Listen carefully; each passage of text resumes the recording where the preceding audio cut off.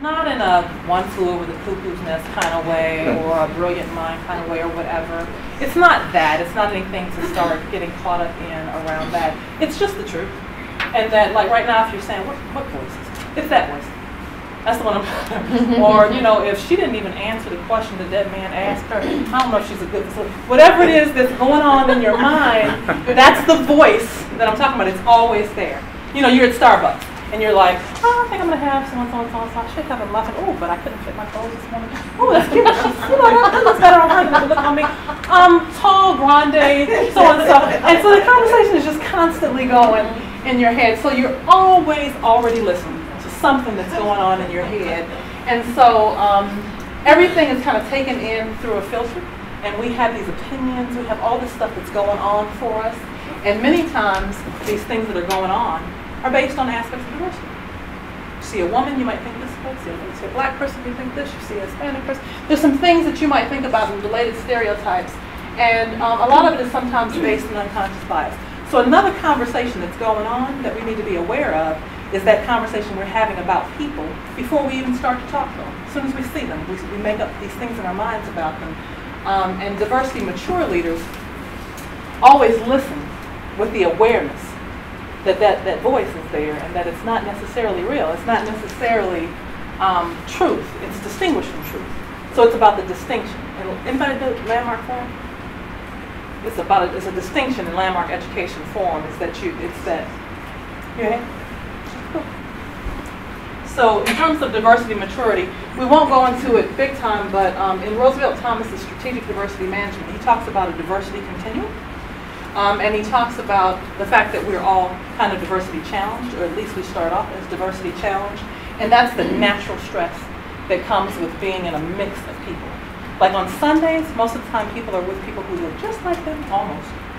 At church or whoever you're inviting to your house or whatever. But then you get to work and you're around all kind of people and you don't have a choice about it. And then we pretend that we don't notice. But really, it's a little uncomfortable. And it's natural, and that's the piece that we don't get, is that it's a little natural for it to be a little uncomfortable, and it's okay. And so as you become diversity capable, even despite that discomfort, you still do the right thing. You might say, oh man, I can't hire him. I mean, we wouldn't have anything to talk about. You know what I mean? I'd rather hire her. You know, or whatever, but we do the right thing despite the discomfort of people being different. And that's as we become diversity capable. And then diversity maturity, the first thing that happens is you acknowledge that you're diversity challenged. You don't say you're colorblind. You don't say that you don't pay attention to things that are obvious, that are there to see. You just kind of acknowledge sometimes that it's a little bit stressful to be in a mix with people, and you develop some skills. So we have to know what we're up against in our heads.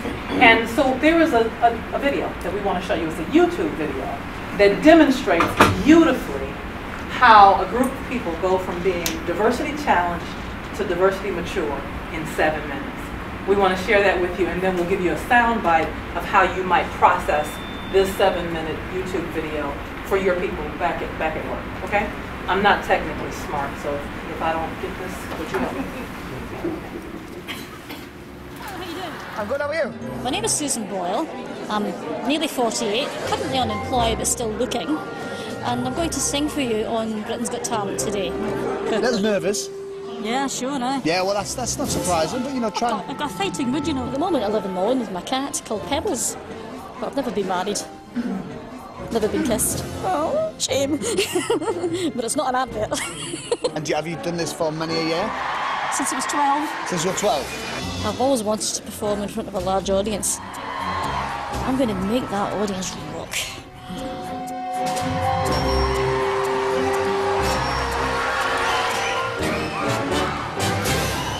Hi, what's your name, darling? My name is Susan Boyle. Okay, Susan, where are you from? I am from Blackburn near Bathgate, West Lothian. It's a big town. It's a sort of collection of... It's a collection of villages. Had to think there. And how old are you, Susan? I am 47. And that's just one side of me.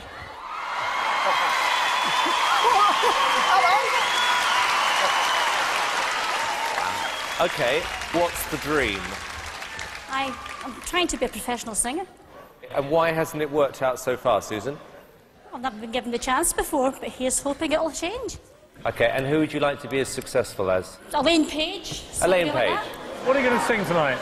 I'm going to sing I Dreamed a Dream from Les Miserables. OK. Big song. Yeah? Yes.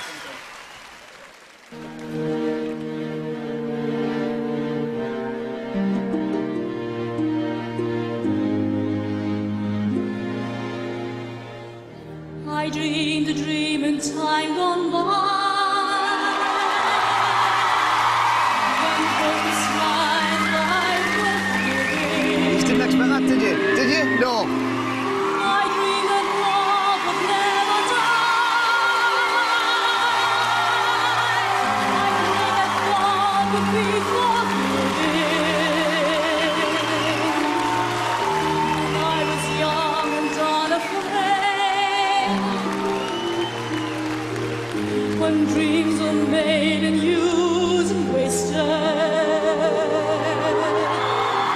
was a ransom to be paid. No sun and sun, no wine untasted, but the tigers come with their voices soft as thunder. As they tear your hopes apart, as they turn your dreams to shame.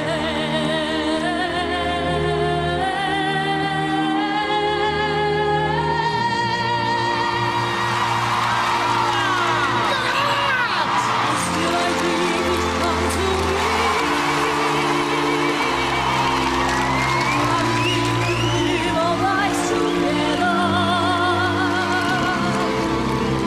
But there are dreams which cannot be,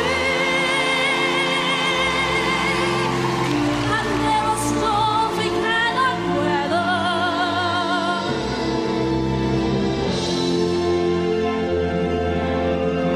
I had a dream my life would be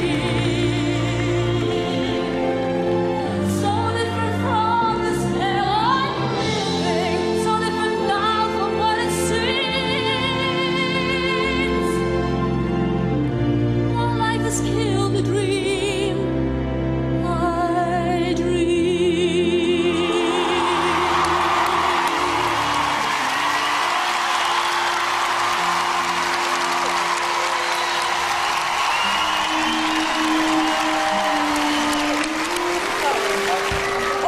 Hello. Hey, come back here. Yes. Today. All right.